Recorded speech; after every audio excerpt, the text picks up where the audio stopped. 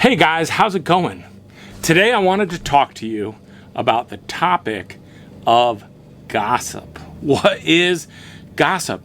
You know what gossip is? It's talking about somebody else's business. It's talking about what is none of your business. If you're not in the story and the story is about someone else, that's gossip. Okay, so check this out. The Bible says in Proverbs chapter 16, a troublemaker plants seeds of strife. Gossips separate the best of friends. You know what gossip is? Gossip is an opportunity to tell a story about somebody else who's not there. They can't defend themselves. They don't even know their story has been told. Most of the time, a gossip is an inaccurately told story. How many of you ever had somebody tell a story about you that wasn't true? You know, just today I got an email from somebody who saw my car at the church when I wasn't there, and they asked me if I had broken down, offered to lend me their car. That was really awesome. Thank you so much. However, my car wasn't broken down. Rachel and I had driven here separately. We went home together. My car spent the night in the parking lot. My car was fine. But they didn't spread the gossip, which would have been an inaccurate story that my car was broken down. They asked me if my car was broken down. Funny thing is, a couple of years ago, someone came up to me and said, "Hey, I heard your car was broken down." I said, "Who'd you hear that from? My car's not broken down." They said, "Oh, it's not broken down? So-and-so told me that it was broken down." I'm like, "Well, why did so-and-so tell you that?" "I don't know." So I asked so-and-so why they were telling everybody my car was broken down. They said, "Because I saw it in the parking lot and you weren't there." They jumped to a conclusion. Here's the thing about gossip. When you're talking about other people's business and it doesn't involve you, usually it's because it's juicy. Usually it's because you don't have anything better to talk about, anything constructive to talk about. Man, gossip is a dangerous thing. Here's what happens. People will believe what they heard. And when they believe what they heard, man, it's hurtful. And the Bible says it's planting seeds of strife. Gossip separates the best of friends. You know what's better than talking about someone else? It's talking to the person that you're talking to, maybe about them or about yourself.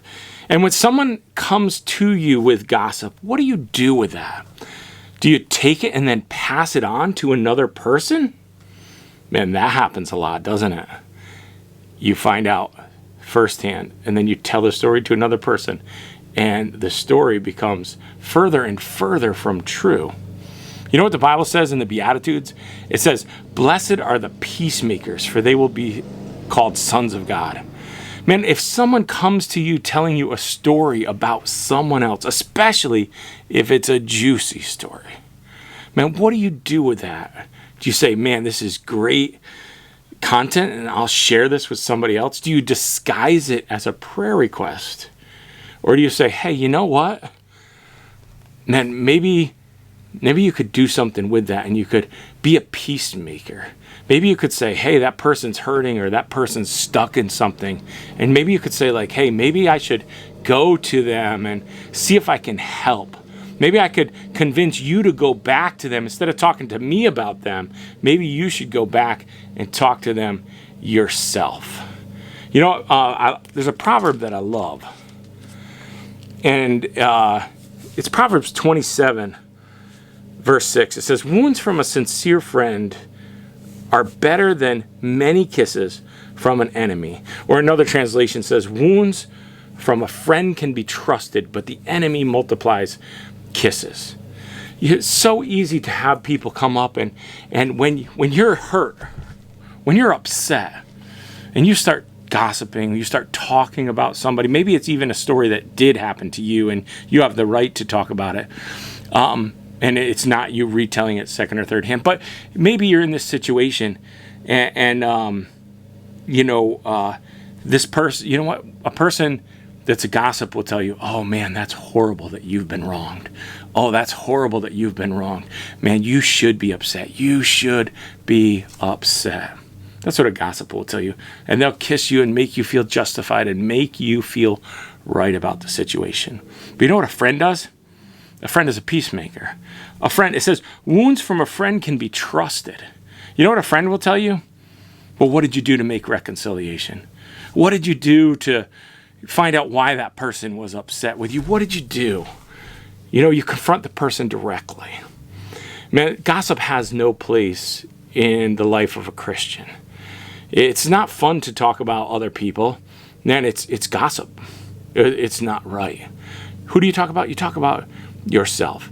Maybe you share someone else's successes, and there's to some level, there's a place to talk about other people. You see an article about them in the paper doing great in a sport or something like that, and you talk about it. I don't think that's gossip. But you better be careful when you're talking about somebody's issues or somebody's problems, and you're passing that information on to somebody to get aroused or to turn it over to them. That's certainly going to be counted as gossip, and it's going to cause strife. It's going to cause dissension. It's going to separate close friends, and it's going to be because you had a desire to be a peacebreaker instead of a peacemaker. Who do you want to be today? A peacebreaker or a peacemaker? We got to watch our lips. We got to make sure that what comes out of our lips is the truth, it's encouraging, and it's God honoring.